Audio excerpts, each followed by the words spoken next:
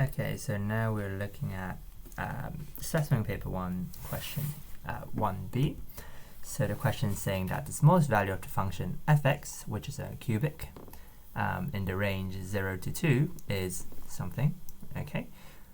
Well, when we see the smallest value of the function, what does that remind us of? Okay, I think it does remind us of differentiation.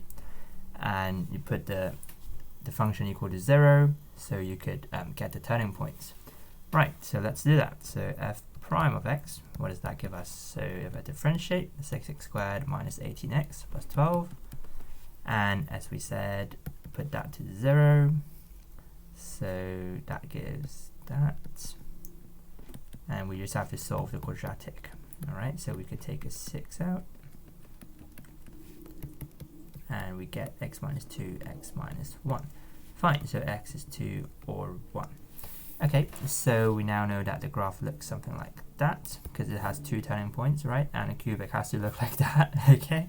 And x is 1 here, so that has coordinates 1 something, and that has 2 something. Fine, so we want the smallest value of it, so it's probably the minimum, all right? So we want the minimum, so it's 2 something.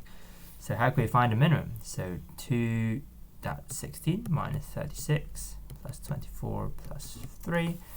So that gives minus 20 plus 24, which is 4. 4 plus 3 gives 7.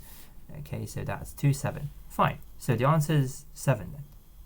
All right, that's the trap where lots of students fall into. All right, because we have to consider the boundaries as well. All right, because you see the cubic is decreasing from x equals 1 to x equals 0. Okay, so we have to check this point to check if it's greater than 7 or less than 7. All right, so that point is 0 because that's our x equals 0 line. Okay, so 0, if I sub in 0, that gives 0, 3, no doubt. Okay, so 3 is less than 7. Okay, well, my graph might be a bit off, but 3 is indeed less than 7, so the answer should be 3. All right, so make sure you check the boundary conditions always when you deal with some global minima. All right.